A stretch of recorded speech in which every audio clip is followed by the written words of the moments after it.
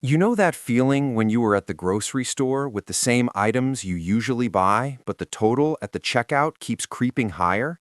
Or when you're at the gas station, watching the numbers spin faster than they used to?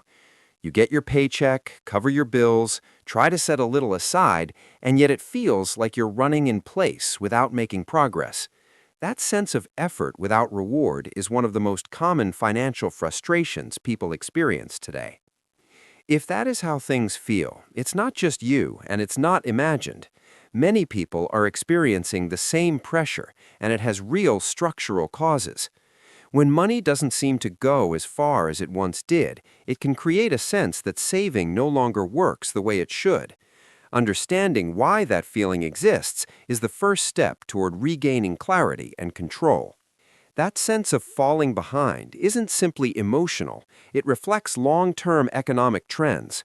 Over many years, incomes for a large portion of households have grown slowly, while the costs of essential goods and services have risen much faster. Housing, healthcare, energy, and food have all increased in ways that outpace typical wage growth. The gap between what people earn and what daily life costs creates constant pressure. To understand what is driving that pressure, it helps to look at how rising costs are measured. Inflation is tracked using a tool called the Consumer Price Index, which represents a broad basket of goods and services people commonly buy. This includes everything from groceries and gasoline to rent, utilities, and personal services. When the total cost of that basket increases over time, the change is recorded as inflation. On a practical level, inflation simply means that prices rise across many categories at once. When gas, food, and housing all cost more than they did a year ago, the same amount of money covers less.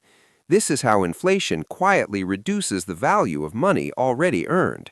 It doesn't remove dollars from your account, but it reduces what those dollars can buy. This leads to the central concept that explains why saving can feel discouraging: purchasing power. What matters is not just how many dollars you have, but how much those dollars can actually do for you. Inflation steadily erodes purchasing power, so even if your balance rises, its real value can fall.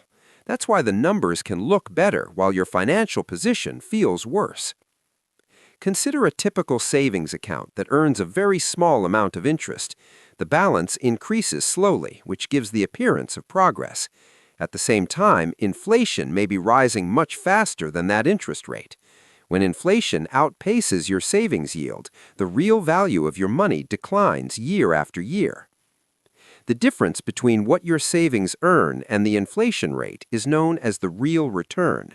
When that number is negative, you're effectively losing purchasing power even though your balance is growing. This explains why saving can feel pointless despite doing everything responsibly. The math reveals that the problem is not saving itself, but how savings are positioned.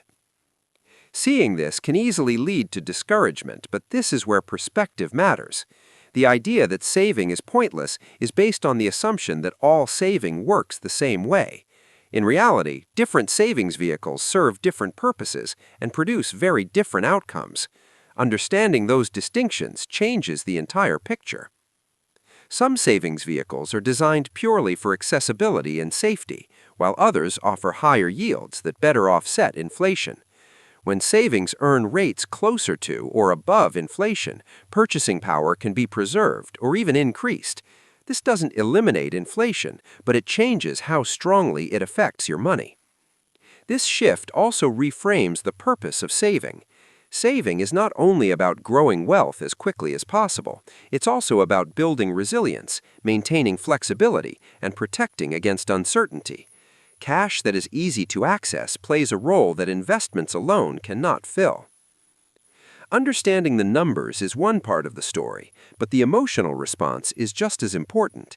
Inflation creates stress because it undermines a sense of control. When people feel that external forces are undoing their efforts, frustration and helplessness often follow. Those feelings can lead to avoidance or impulsive financial decisions. There's also a common mental habit that complicates matters, sometimes called mental accounting. People tend to separate money into emotional categories rather than viewing it as a whole. This is why someone might keep cash in a low-interest account because it feels safe, while simultaneously carrying expensive debt elsewhere. The behavior is emotional rather than logical, but it's very human. When all of this is taken together, the purpose of saving becomes clearer. In uncertain times, the primary role of savings shifts from growth to stability. An emergency fund is meant not to outperform inflation or generate returns. It functions as insurance against unexpected expenses and income disruptions. Having readily available cash prevents small problems from turning into larger financial crises. It provides options, time, and breathing room when something goes wrong. The value of that buffer is not measured by interest earned, but by the stress and damage it helps avoid. This is why saving is not pointless even during inflation. Saving intelligently and with a clear intent restores a sense of agency. It becomes less about chasing growth and more about protecting stability in an unpredictable environment. In a world of rising prices, saving is a way of maintaining control rather than surrendering it. These contents are for educational and informational purposes only and should not be considered financial advice. You should always do your own research or consult a licensed professional before making financial decisions.